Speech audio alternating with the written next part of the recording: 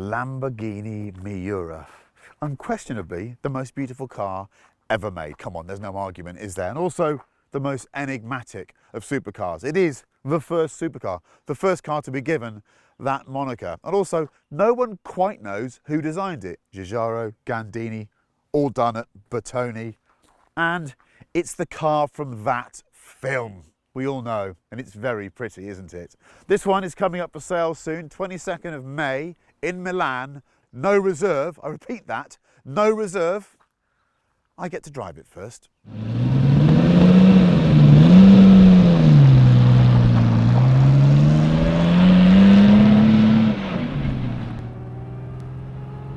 Let it clear its throat.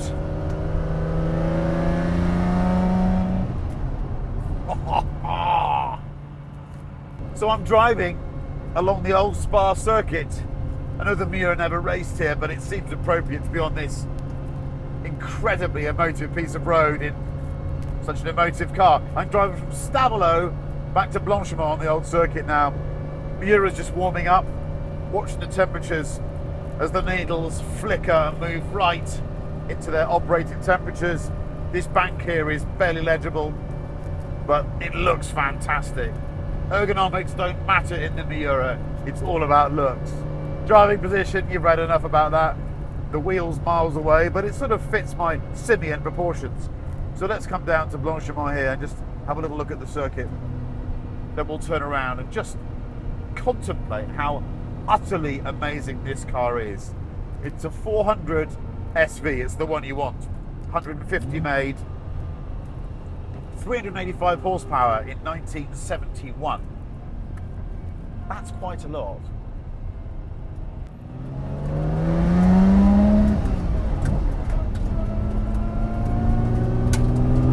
I'm using first to third. These gearboxes don't like second when they're cold.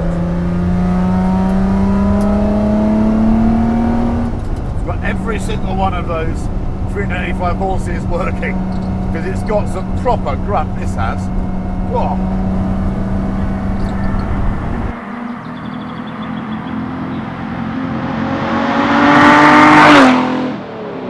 The view out is as good as it gets. You've got those lovely sculpted surfaces, the two wheel arches just rising proud. The scuttle is low, so I've got a fantastic view forwards. I can see everything. I used to read about these things being so claustrophobic inside. It's absolute nonsense. It feels airy and light. This one even has air conditioning. It also doesn't have a hi-fi, and it really doesn't need one either.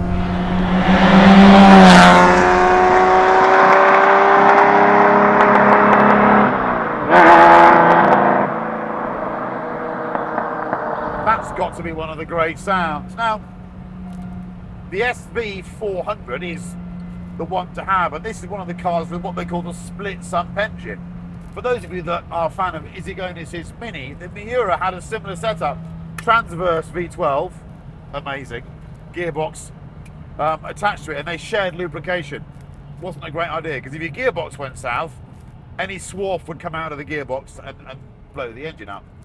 So this one has a separate lubrication system for the engine and the gearbox, which is what you really want. The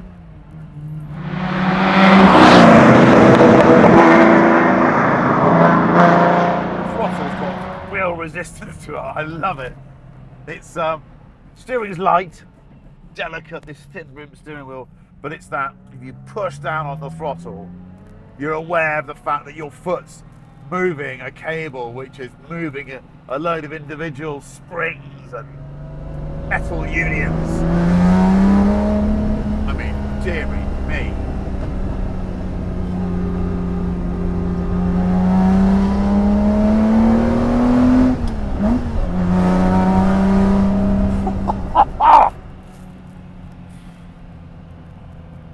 I'm sure I've heard a better V12 recently, have you?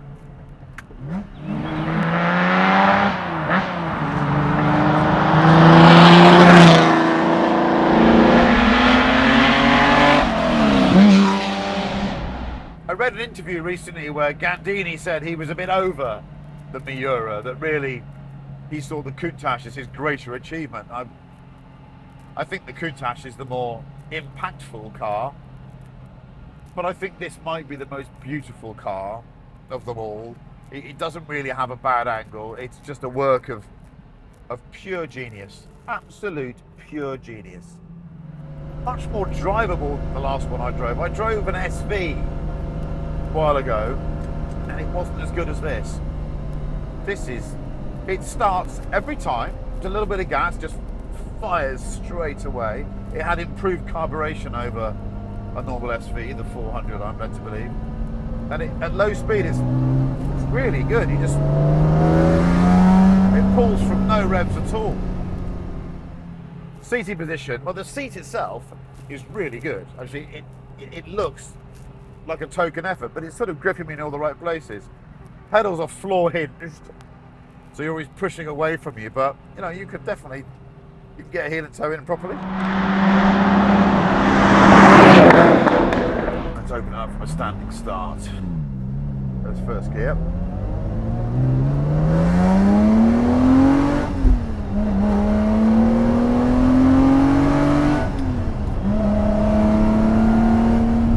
Feels quick. What did this feel like in the late 60s, early 70s? Noise.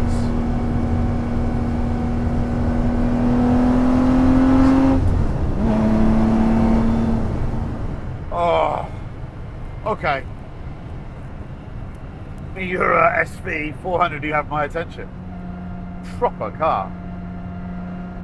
I love the story, don't you? A transverse V12 in a car that Ferruccio Lamborghini wasn't that interested in making to start with. He liked big GT cars. He wasn't really into these. And it was so complicated, and yet the result is so simply beautiful. Like all great designs, you can't really fault it. You just look at it and go, oh, that's right. That just looks right. This has been beautifully restored as well.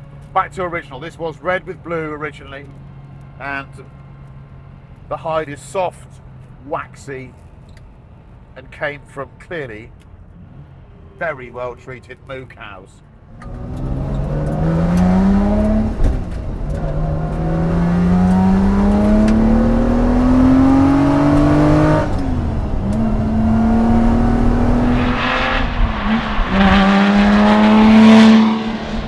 The thing about the Miura is that wherever you go, in whatever company you find yourself, you can park it anywhere, it will be the most beautiful car there. It just will.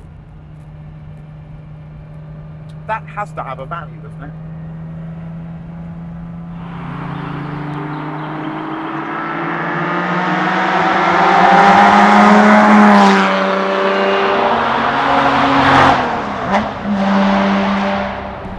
That induction noise, when you just open those Webers up at between 2.5 and